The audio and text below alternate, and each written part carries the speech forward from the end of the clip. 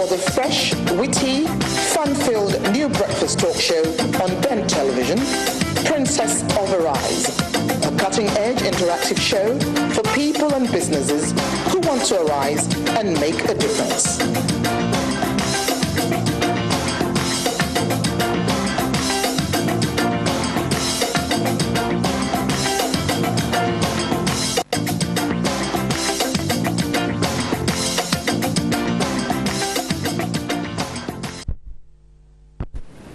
Hello and welcome to another wonderful edition of Princess of Arize, your favorite breakfast talk show, coming to you on Ben Television, Sky Channel 184.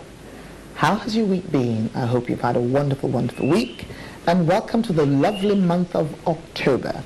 Today, of course, is Saturday, October the 1st, 2011. There are many, many things we're celebrating this wonderful month.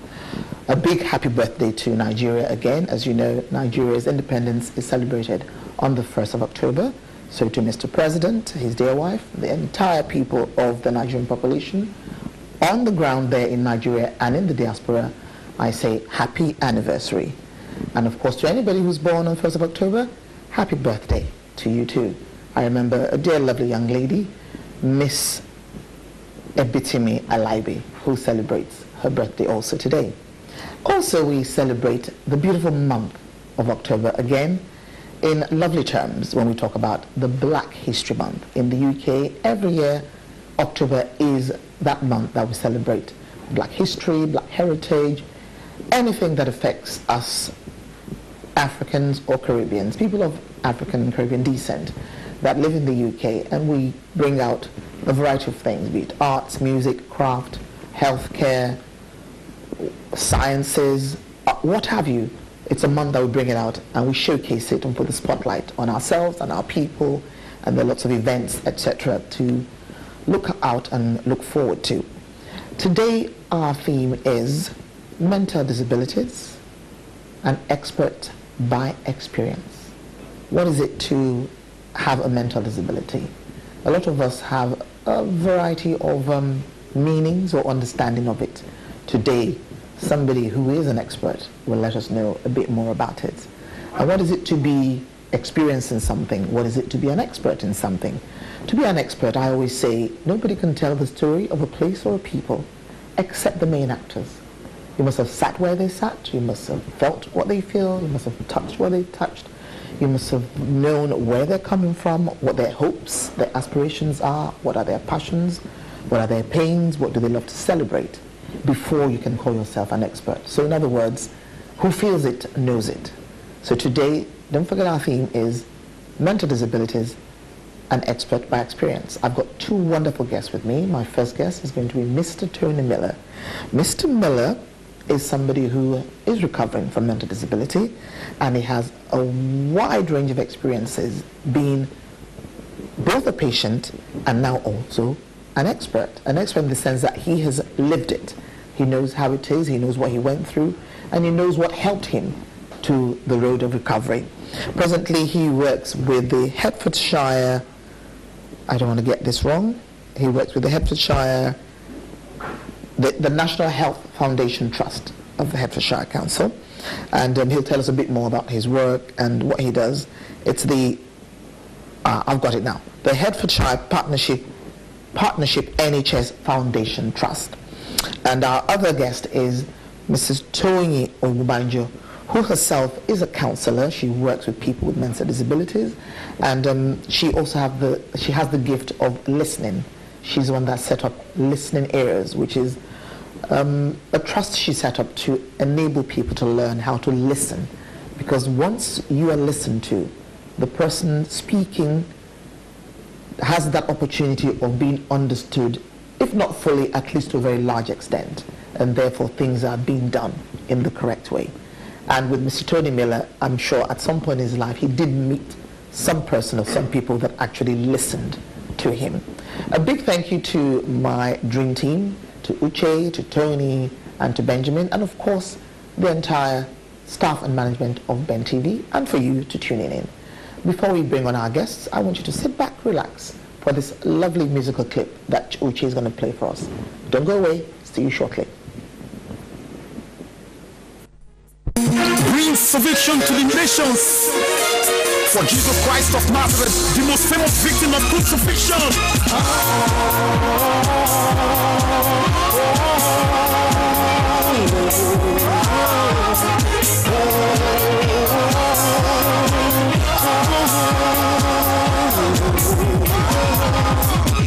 I have been crucified with Christ. Hey, nevertheless I live. Hey, I have been crucified with Christ. Nevertheless I live. Hey, that life that I live now, I live by the faith of the Son of God that gave his life for me. That life that I live now, I live by the faith of the Son of God that gave his life for me. Not the feeling that I have, rather the pain that I get. Is the word of God that just continues around. Not the troubles of the world, or the rumors of the world, or the density. That plenty people we say around. Whose report do I believe? The report of the Lord. I will stand down on that comforter to you. Weeping angel right in the night. The choice you make today will bring what you need to tomorrow. Destroy this temple in 3 days. Make a year. Destroy this temple in 3 days. I praise you. I have been crucified with Christ. Nevertheless I live. Hey, I have been crucified with Christ. Nevertheless I live. Hey, I have been crucified with Christ. Nevertheless I live. Hey, Jesus a man who you not see but convicted of prison. I'm in prison, arrested in Gethsemane and tried before say hand report just Pilate Emperor Antipa. Oh no, beaten with Roma cat or not taste a bit of bones that could rip off like. Oh, name with the heavy rod iron to his wrist and his feet. Beating and start upon face a horrible death of crucifixion. Better in the tomb of Joseph the Arimathea. Brought before the salvation to the war. Go back to the movie and watch it again. Jesus Christ, the passion of Christ. Oh, Mastodon. I have been crucified with Christ. Nevertheless I live. Hey, I have been crucified with.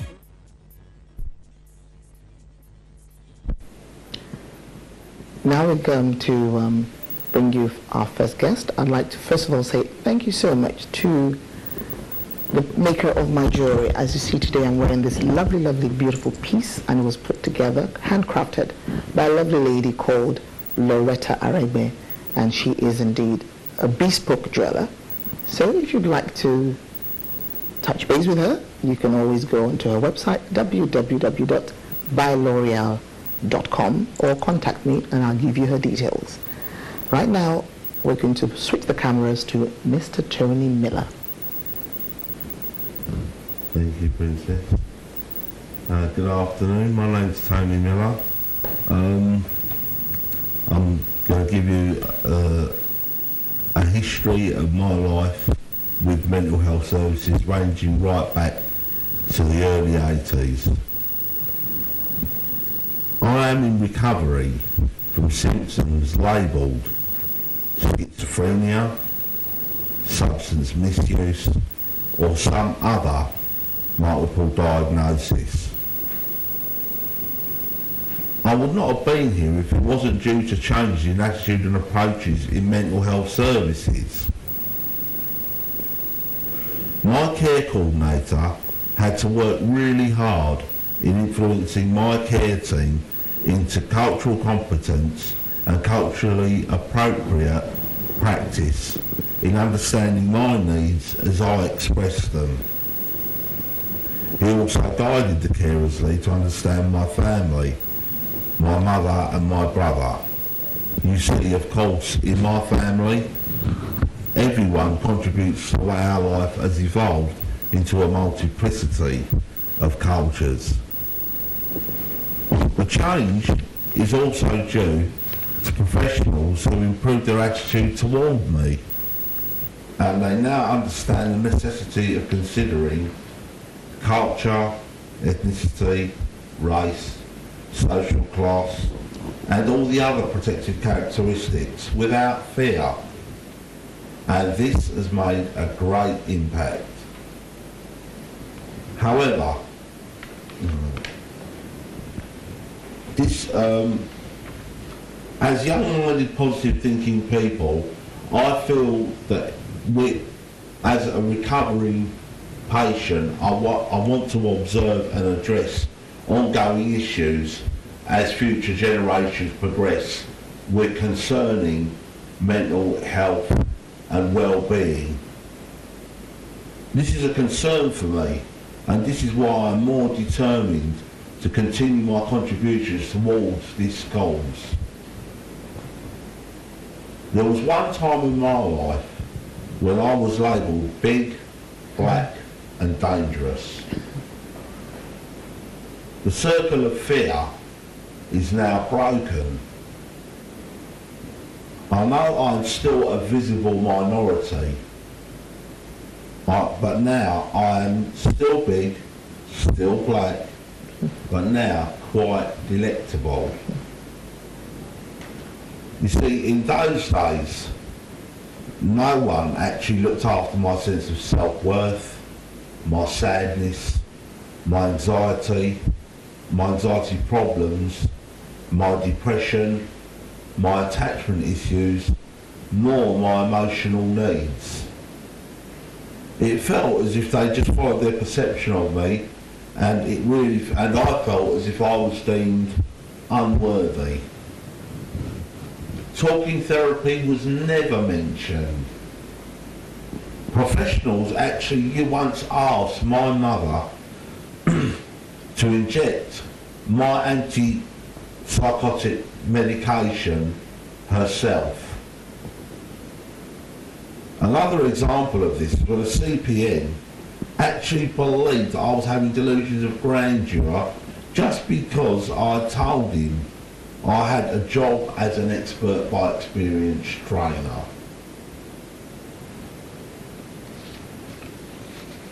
The Health Trust believes that I'm a success story, and it has been observed that the person I am now is definitely not the person I was in past years. Once again, I stress the point, this did not happen by accident. I admit that I've shown much perseverance and determination to make this change. But the change would not have happened if there was no understanding of cultural appropriateness and responses in practice. Today, unlike before, I find the treatment I receive now is of a more holistic and appropriate nature.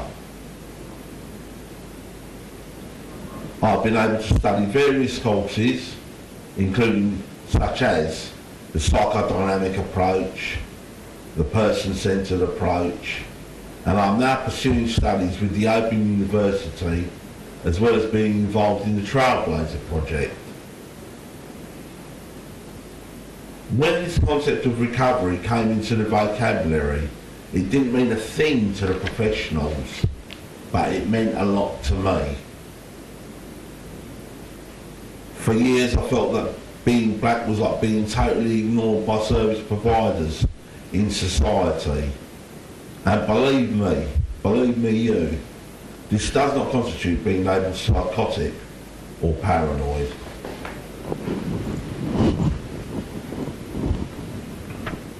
I hope in the future that the NHS deal and understand people's lives, old and young, no matter what class, ethnicity, race or culture, and hopefully to welcome them all,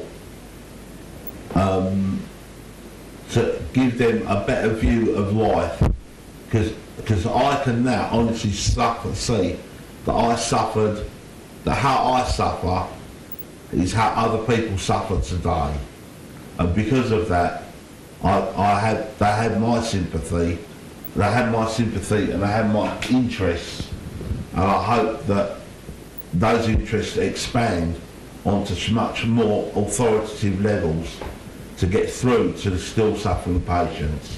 Thank you. Thank you so much, Tony. I wanted you to, first of all, welcome to the Princess of Arize sofa. I see you're very comfortable. I wanted you, because when I listened to that speech of yours at a couple of weeks ago, at the big conference we had at the London Hilton Park Lane, I had tears in my eyes, because it was like, for the first time, I was seeing someone and hearing someone who was speaking on the issue of mental disability, but from the viewpoint of somebody who actually has lived it, somebody who has walked that path and traveled that journey. And indeed, congratulations, first of all, on your road to recovery, and for you being a success story, as I think the NHS call you, as you're one of their success story, case studies. Another thing I also wanted to ask you, first of all, is for people who might not quite understand why you were moved to put that speech together, or what exactly, spurred you to put pen to paper. Can you just explain very briefly to us? Well, I'll have a CPN, an ex-CPN, my old CPN. I actually worked with him now as an expert by experience. He's one of my trainers. He trains me as an expert by experience, but I am the expert by experience. Okay. And he doesn't say that you're suffering from delusions of grandeur. No, it wasn't. No, that's a different story. But what it is that my CPN, the guy that trains me, he's not CPN now. And by the way, what is CPN, Tony, for people who... I think it's chiropractic nurse. Okay. I think it is. Okay. Anyway, CPN, we'll sort of find out what that is anyway. Yeah. But carry on, please. But what it is that he's had a lot of faith in me ever since the clinical trial based expert by experience started up. Okay. In April 2008. Okay. He used to come round to visit me and my mother, him and his work colleague, and they sat there and they told me, we want you to do this, would you be interested? And at that time I was so desperate to get on, even though my recovery was more or less getting into full swing in the top gear. Okay. It was like I actually agreed to carry on with this clinical trial based project. Okay. At first I wasn't too sure because of experiences with other people that you worked with. That I've been associated with, let's say, in the dark ages, I call them, But my CPN now and his boss, they got me to do a couple of presentations, and they actually told me, they said, you have got potential to really get a message across. Okay. Now, I've done it in my own little way. The longest I've ever spoken up for, I think, is about an hour and 15 minutes. That's a lot of time. Some presidents can't even do that. It's a 30-page speech essay I've got. Wow. And it covers all kinds of things, I've studied with the Open University, which was very unfortunate, because what I studied with the Open University actually bears a lot of relevance to what to the mental health issues of today, and how the delegation's getting across. But that's the longest I've spoken for. But this was a 10-minute, but this wasn't exactly a doddle, let's say. It wasn't. But you had to sort of put your mind to it. I had to put my mind to it, and have you ever heard of a thing called Pricey? I remember that now in recovery. It's how you condense sentences into sort of like bullet points. Yes. So I actually had to reprint that about 4 times before I got it right. To be happy with what you put down there. Yeah, we had a lot of collaboration, a lot of work over it, me and my trainer. Okay, yeah. But it was a fantastic and beautiful speech, and I'm so sure people who listened to you this morning must have taken on board a few things, especially people who probably themselves are suffering from mental disability, or have people in their lives, relatives or friends. Yeah. So they have a better understanding of where people like yourself are coming from. Yeah. Okay. Yeah. Another thing I also wanted to ask you is When, very briefly, at what age did you encounter mental disability? And what kind of assistance did you get from home and from the health sector at the time? Well, the thing is, I think when I started to run into emotional and psychological problems, as I've explained in longer speeches, it started round about 1981 actually, when my mother and father divorced. Okay. Because I was left to support a home, a house on my own. I was having to work, and I just couldn't cope. I was struggling all around, Depression was kicking in, attachment issues. All those things, yeah. Separation, abandonment, isolation and loneliness. So much that it come to the extent I became a recluse from about the year 1980, the end of 1981 to about the end of 1984. I was a virtual recluse in those days. So in that 1980-81, how old were you then? I was just about 21 or 22 years old. Just like a youth of today, very young, with ambitions of doing something with your life, and then something like that happens and totally threw your life into disarray. It threw my life into disarray. It did, because before I had a 6 day. I was doing well from about the age 17 until about the age 19. Okay. Because what happened is that I was working for the civil service 5 days a week. Okay. And then I was having 1 day a week at Harrods as a lift operator. Oh, okay, the Harrods, yeah. The Harrods. Okay. I actually worked there, and what happened, I went a bit doolally because I was enjoying the conviviality of drink and mind-altering substances as a wind down after work. But I didn't think, in those days, I wasn't aware of what effect this had generally had on me. You see, so what happened is that after my mum and dad split up in 1981, I was about 19 years old. It was round about that time that I started running into these problems. Okay, so that was really a young age, at that time for any youth, for any child. Now, what was your experience like as a young man in those days, compared to what obtains today in 2011? Well, back in those days, it was more to do with, I felt as if I was running away from me. I felt I had a very suspicious mind of other people. Of anybody and everything. Of anybody and everything. I was running from a group of people to group of people over the years, and in a way, even though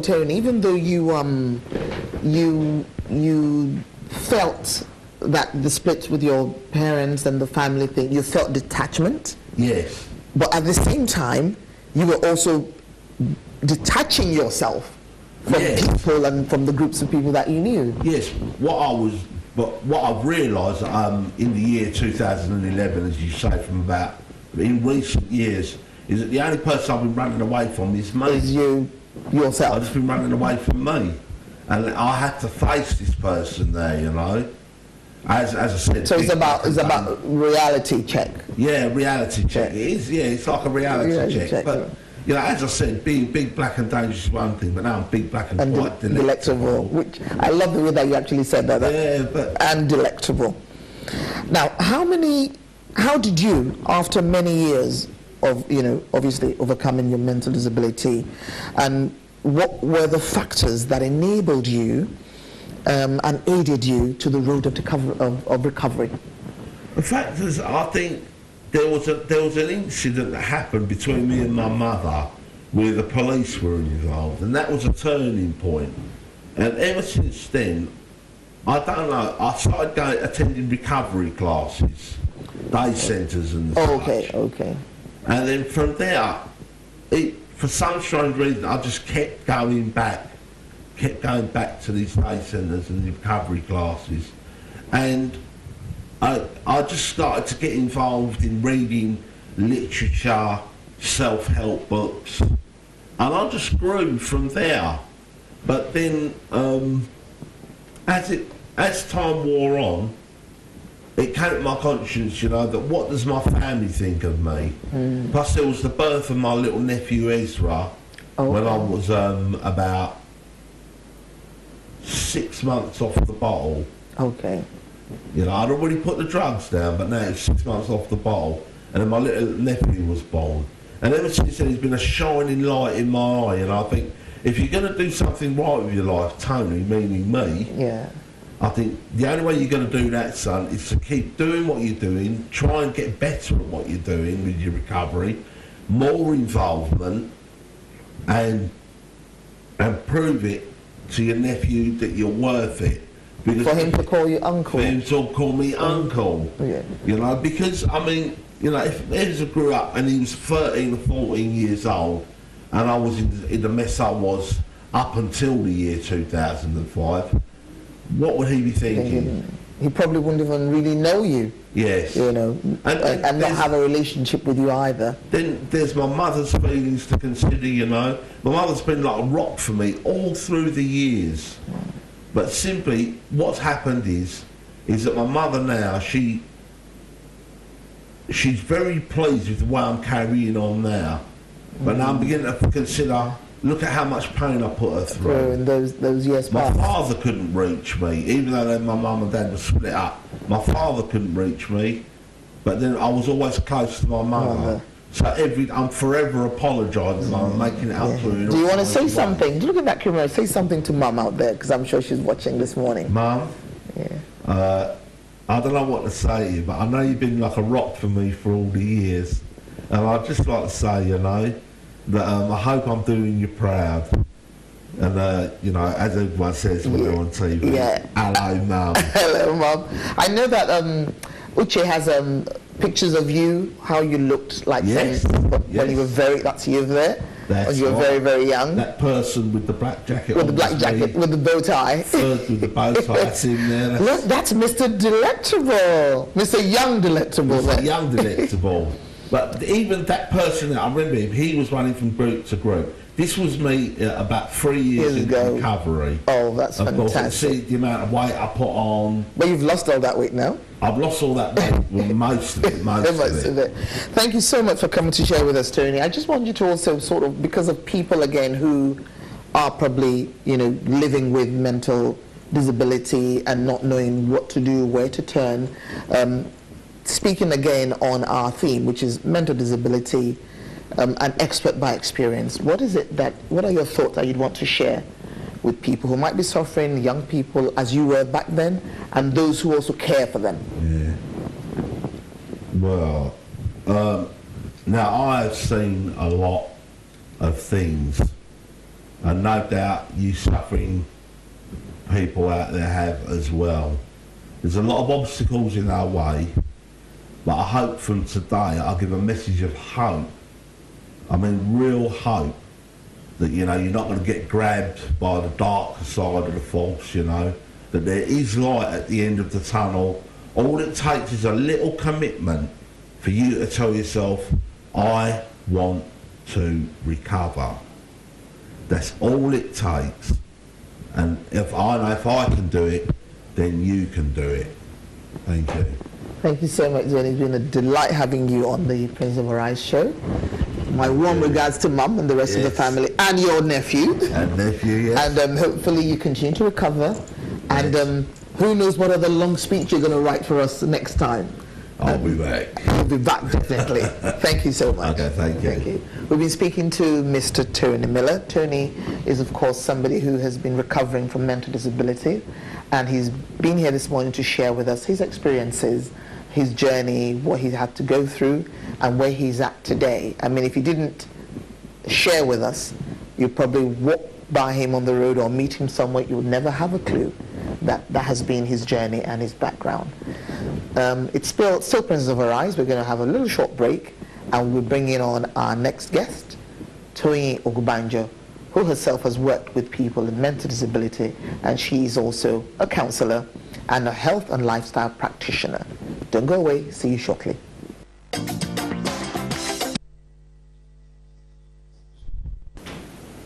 You're You're welcome back. It's still Princess of Arize coming to you on Ben Television, Sky Channel 184. And of course, our theme today is mental disabilities, an expert by experience. My next guest is Mrs. Toyin Ogunbanjo. She's been on the Prince of Arize show before in the past, and she's someone I call an expert in listening. She is the CEO and founder of Listening Ears, which is a charity trust. And she herself is also a very experienced health and lifestyle practitioner. So, Toyin, my dear friend and sister, nice to see you again. Thank you very much. I was thinking of the time I was putting this particular episode together, and I was thinking of who's the right person I can bring to balance what Mr. Tony Millar is going to be talking about in the area of mental disabilities, being an experienced person or being an expert. And the one name that came to my mind was yourself, obviously because of what you do in the health sector and also what you do as a counselor. And like you always say, there's no end to covering all the topics that there exists in the art or the skill of listening. I saw that you and Tony also had a little bit of talk in the blue room before you came in. So first of all, obviously maybe some people might remember seeing you, but some people are just probably seeing you for the first time. Who is Toyin Ogunbanjo? Well, I founded and coordinate Listening Ears, which is a volunteer organization. We provide emotional health and lifestyle support service to people in the community. Okay. Now, what is it to, okay, let me put it this way. We know that you have also encountered mental disability, through the work that you do in the health sector and the people that you've met, and particularly through your counseling and the Listening Ear organization. What have been your findings over the period of time? Well, it's such a shame because there's a lot of stigma around these mental health issues. And it's funny because everybody does have one little type of mental health issue or the other. But unfortunately, because there are different grades, so people who have pronounced ones seem to have some suffering under an attack of a stigma, as if something out of the ordinary is happening to them. Okay. And it's so sad because a lot of times people are ashamed to come out and talk about their problems because, of course, they are afraid of the kind of reaction they're going to get from people, from the society, and funnily even from the family sometimes, which is very... A lot of times from the family, which is so sad.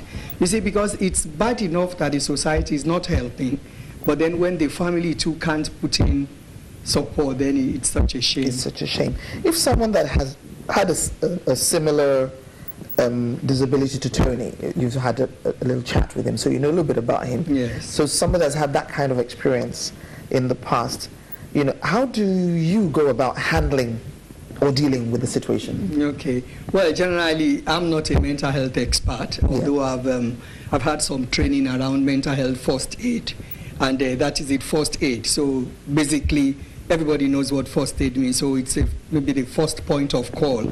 And then because it's a very wide issue, so it depends on what exactly is the type of mental health issue. Okay. But then we don't work in isolation, we work in partnership with loads of other organizations and service providers. So basically when the assessment is done, and then we are able to identify what exactly is the problem the person has, then we're able to know in what direction we need to direct the person or signpost the person. But then basically, like we are listening ears, the first thing we want to do is to listen to that person and see where they are coming from without any kind of judgmental attitude. The reason I ask that is one of the problems that Tony had, and I believe a lot of people have in the area of mental health, mental disability, is that the lack of listening.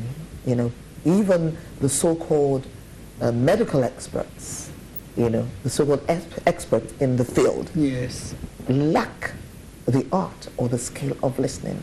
And he said he had that for so many years. I mean, one of his care workers told him that he was suffering from delusions of grandeur. Can you imagine? Just because he told the person, Yes, I am the expert here, and the reason is that I'm the one that's lived this journey. Exactly. You know, so in listening skills and what you provide at listening ears, how would you have dealt with somebody like Well, Toyin? you see, Because first of all, don't forget that at that time, many years ago, nearly 30 years ago, he was labeled as big, black, and dangerous. You see what I mean? As a matter of fact, this brings us to why listening has actually was formed from the word go. You see, because there is an adage that says that a problem shared is already half solved. You see, when people have problems and they have somebody to listen, the person listening does not even necessarily need to have a solution. But the fact that the person has the readiness to even share, that person feels some kind of relief that at least at this point I am not alone anymore. And then there is a readiness to want to even start to tackle the problem. So it's so sad, and you see, I think it's a kind of a vicious cycle, because the doctor who wants to listen, sometimes the doctor wants to listen, but they cannot afford to because of the queue they have. Because I understand a doctor has an average of about 5 or 7 minutes to a patient. Yes. And you see, there are loads of people. In fact, the person who has these issues, before he even gets himself round about talking about it, the 5 minutes is gone. So even if the doctor wanted to listen, he cannot afford to. Exactly. That's why it really pains me to the heart when members of the family who supposedly live with these people, who are supposed to actually give them the support necessary, at least from the beginning, you know, to at least get them some kind of support so they can start on the long journey, because it's always a very long journey. It is, and that's why I say that is why listening has actually came up, because we know that when people are isolated, which is where it starts from the, most of the time, when people are lonely, when they are isolated, and if nothing is done about that, gradually they start sinking down. Before you know what is happening, they get depressed. And the moment depression sets in, there is no end to where the thing can even get to. So that's why we think when people have a space to talk, a space to share, somebody to listen, at least at the, when it's just beginning to happen, they can get some support and they can actually get out of the problem before it spirals into something that is completely out of hand. And at times people don't even know. You don't even know that you're sort of ebbing towards depression. Exactly. You can always say, oh, I can deal with that. In fact, most of the time. I can deal with that. Most of the time. And we sort of put on our glad rags, our clothes. Somebody was telling me one day that there are madder people in clothes than people that are half naked walking the street. I tell you. That is very correct. And you see, that boils down to the fact of the societal reaction to people. Because you see, if people know that if they come out with the problems they have, they will be accepted for who they are, why they receive support to get to who they need to be, it will be a totally different kettle of fish. But you see, unfortunately, people know that if I tell them now, they're going to label me, so they would rather cover it up and then keep on living a fake life. I mean, the moment they put on their powder, put on their makeup, clothes, and they look so dainty and lovely, nobody knows anything is wrong with them. But then when they get to the four walls of their rooms, and then they are back to reality, and it's so terrible. They are there alone on their own. That's why, I was just sharing with Tony, who was talking to me about one lady who jumped in front of the train. She must have been thinking about these things for a long time. And I'm sure if she had spoken to somebody to say, you know what, I really feel fed up or something like that, maybe you will have gotten some kind of encouragement.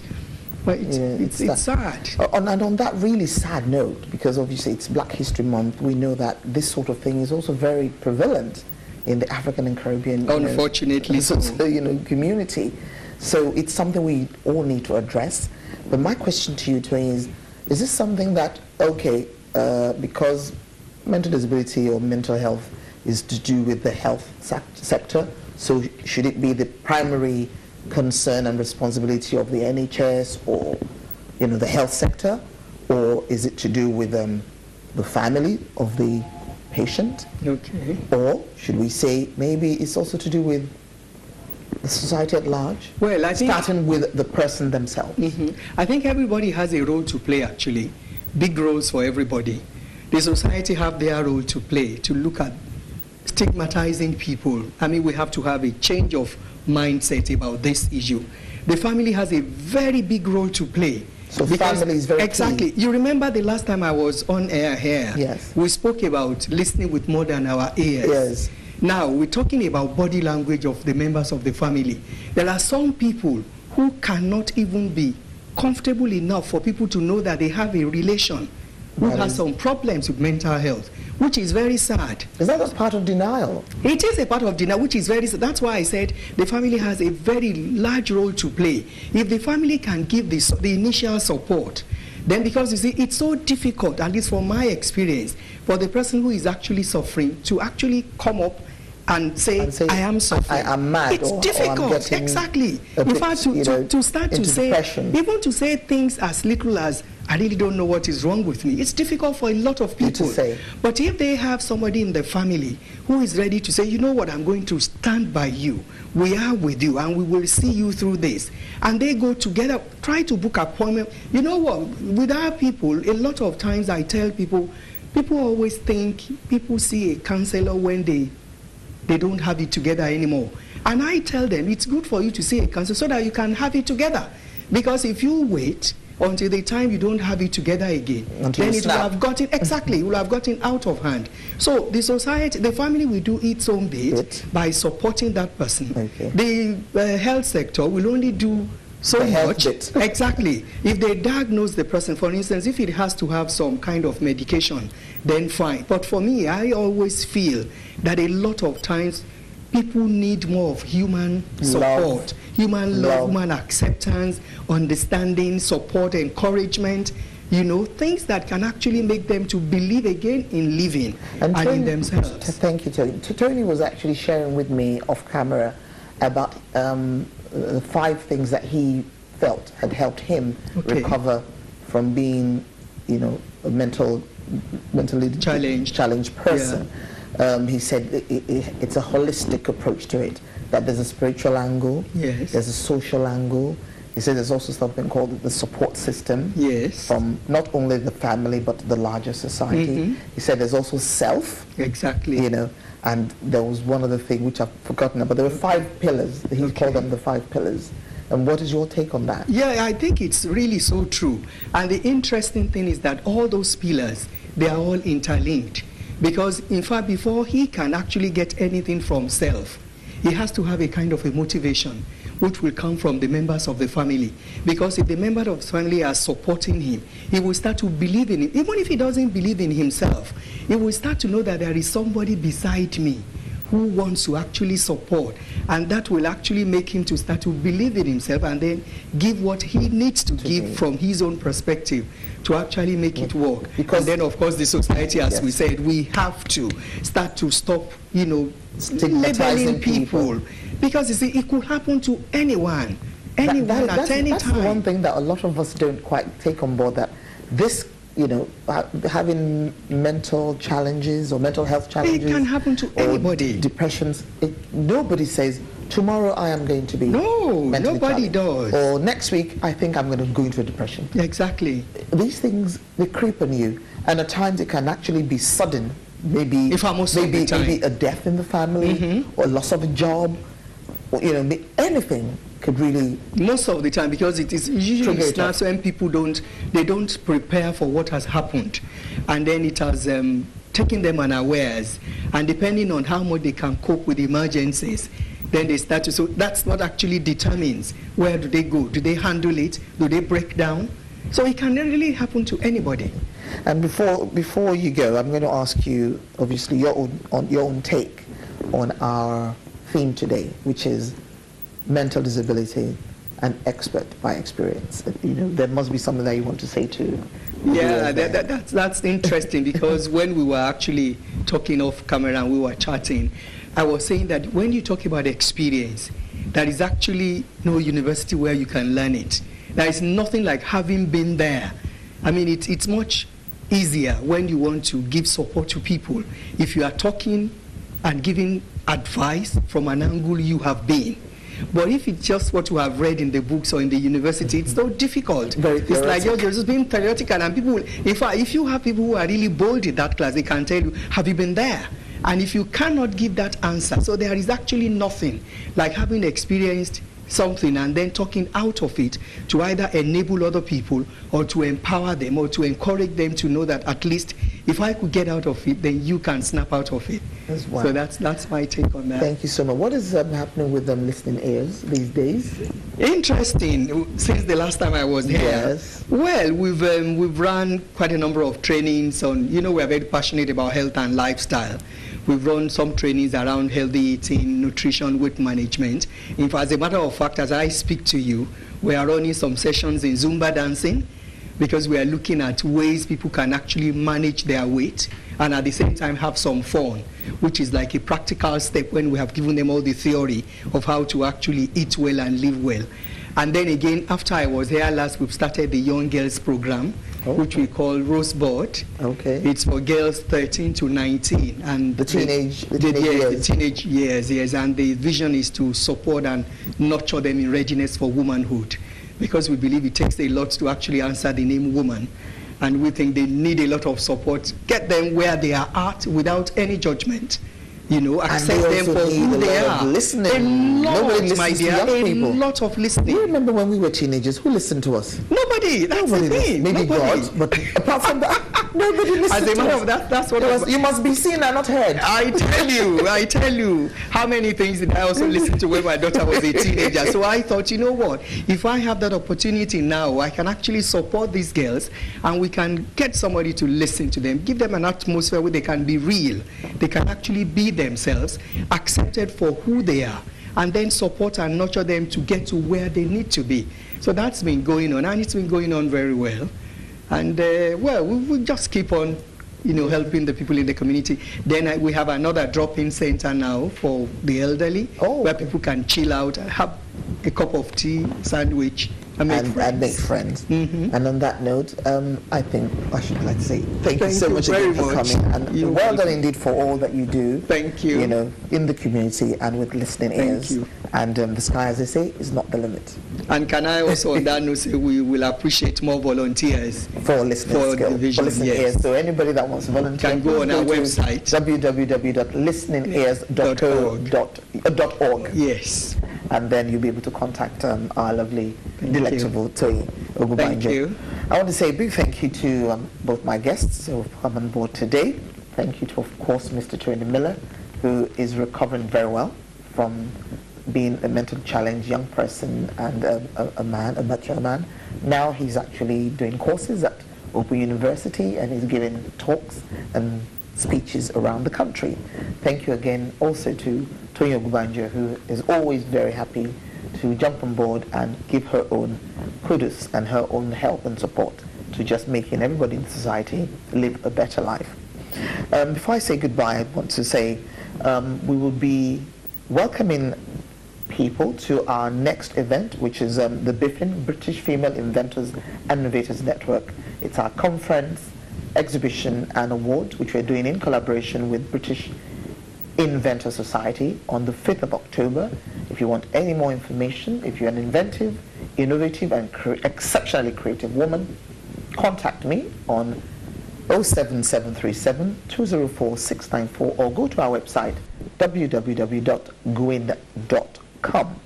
I'd also like to say a big thank you to my jeweler, Loretta, who has been kind enough to put this beautiful piece together for me to wear on the Prince of Arize show. If you'd like her to do something like this for you, you can always contact myself again or just go on to www.byloreal.com. All too soon, our time is up. Thank you so much for watching. A big kudos to my dream team, to Uche, Tony, Benjamin, the staff and management of Ben Television, to you out there for tuning in to be with us this Saturday morning. Happy anniversary to our lovely, lovely country, Nigeria. Yes, we're 51.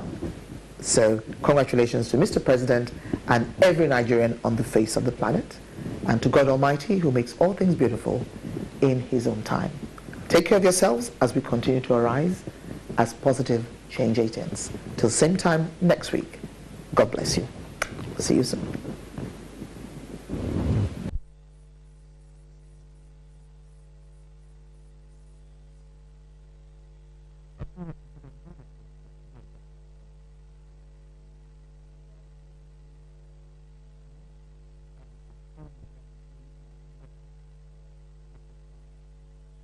Shall be as God.